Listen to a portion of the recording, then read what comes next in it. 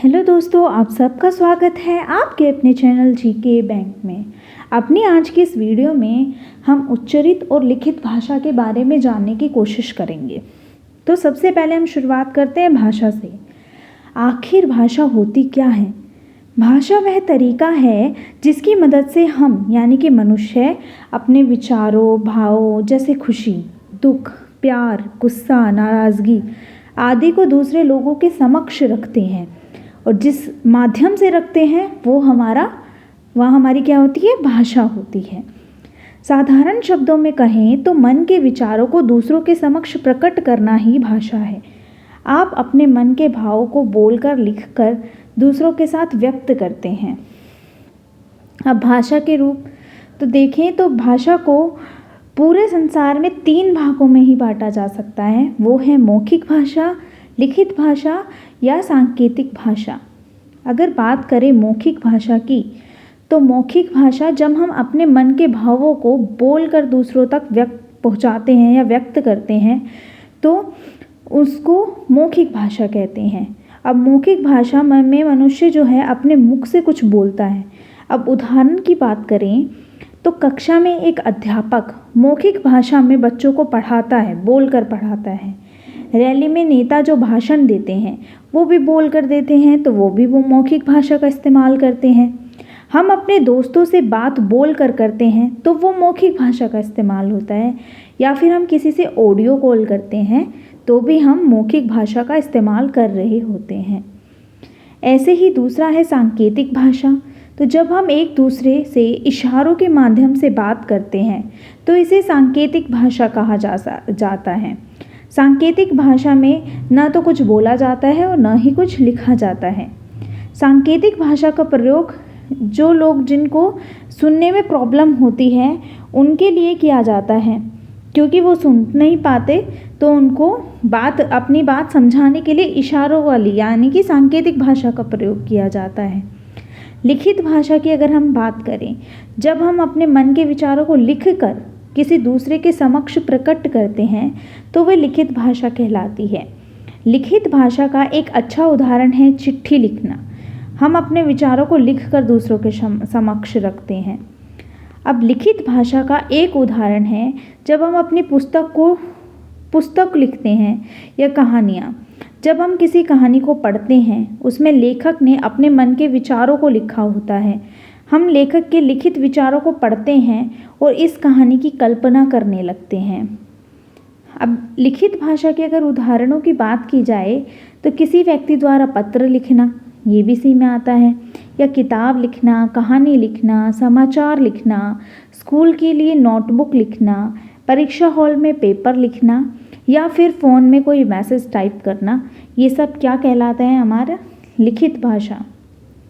अब लिखित भाषा के अगर महत्व की बात की जाए तो आज का समय बेशक ही मोबाइल फ़ोन पर मौखिक रूप से बात करने का है और इससे लिखित भाषा के क्षेत्र में कुछ हानि भी हुई है, जैसे पत्र लेखन और तार लेखन की बिल्कुल समाप्ति ही हो गई है। लेकिन इस बात से भी इनकार नहीं किया जा सकता कि मोबाइल फ़ोन्स की वजह से लिखित भाषा को और भी महत्व मिला है, क्योंकि आज के समय में लिखित भाषा का प्रयोग ईमेल्स लिखने या सोशल मीडिया पे अपने विचारों को साझा करने के लिए फ़ोन कॉल ना करके एसएमएस लिखकर अपनी बात दूसरों तक पहुंचाने के लिए किया जाने लगा है। आज के समय में भी लिखित भाषा का प्रयोग बड़े पैमाने पर किया जाता है, फिर चाहे वह पेपर लिखना हो या ईमेल्स लिखना हो, समाचार पत्र लिखना हो या चाहे नेताओं के बोलने से पहले स्क्रिप्ट लिख कर देना हो। लिखित भाषा का क्षेत्र बहुत व्यापक है। विश्व भर में लाखों ऐसे कार्य हैं जो प्राचीन समय से अब तक लिखित भाषा में होते आ रहे हैं और आज भी बड़ी तादाद में हो रहे हैं, जैसे डायरी लिखना। अब डायरी लिखने के नाम से ही पता चल रहा है कि ये लेखन का एक कार्य है और यह कार्य प्राचीन समय से होता आ रहा है। डायरी लिखने के लिए पहले पत्थरों का इस्तेमाल किया जाता था, फिर धातुओं से बनी चीज़ों का जैसे ताम्रपत्र का प्रयोग होने लगा। उसके बाद कागज़ का प्रयोग हुआ और आज के समय में कंप्यूटर्स का प्रयोग डायरी लिखन में किया जाता है।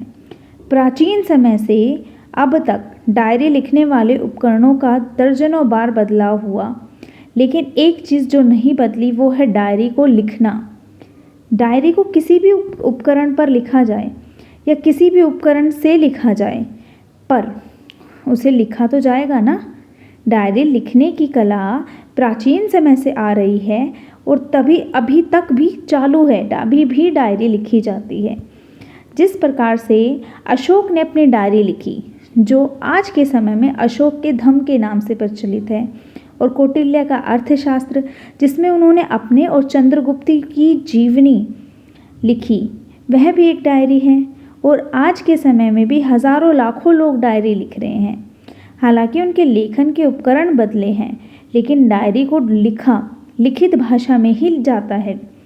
कहने का तात्पर्य ये है कि आज के समय में लिखित भाषा का महत्व उतना ही है जितना प्राचीन समय में था, और आज तक भाषा को बोला जाएगा, तब तक भाषा को लिखित रूप में लिखा भी जाएगा।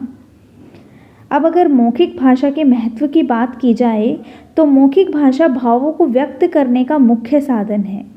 यदि हम अपने प्रतिदिन के व्यवहार पर नज़र डालें तो पाएंगे कि असंख्य बार मौखिक भाषा का प्रयोग द्वारा अक्षरों का महत्व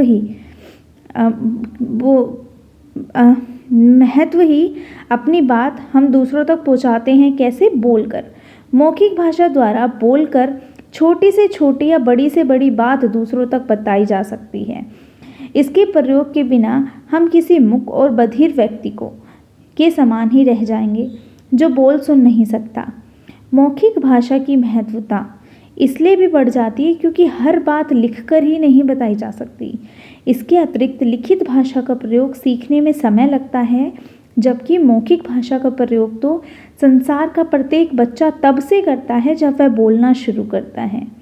अगर हम सांकेतिक भाषा की बात करें, उसके महत्व की बात करें, तो सांकेतिक भाषा संप्रेषण का वह माध्यम है जहां हाथ के इशारों से और शरीर तथा चेहरे के हाव भाव का प्रयोग किया जाता है। इस प्रकार सांकेतिक भाषा बोले जाने वाली भाषाओं से संरचनात्मक रूप से अलग होती है और इसका प्रयोग अधिकांशतः श्रवण या बधिर, मतलब जो बोलने की क्षमता नहीं रखते या सुनने की क्षमता नहीं रखते, उन लोगों द्वारा किया जाता है। तो आज की वीडियो में इतना ही। देखते रहिए जीके बैंक और चैनल को सब्सक्राइब करना बिल्कुल ना भूलें। नमस्कार।